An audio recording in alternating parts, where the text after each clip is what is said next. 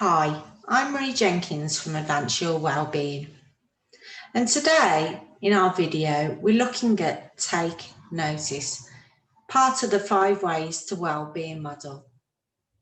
How often do you wake up in the morning and just go on automatic pilot, doing your usual routine without using the opportunity to see the joy in all things in life, no matter how small? Life is not a dress rehearsal.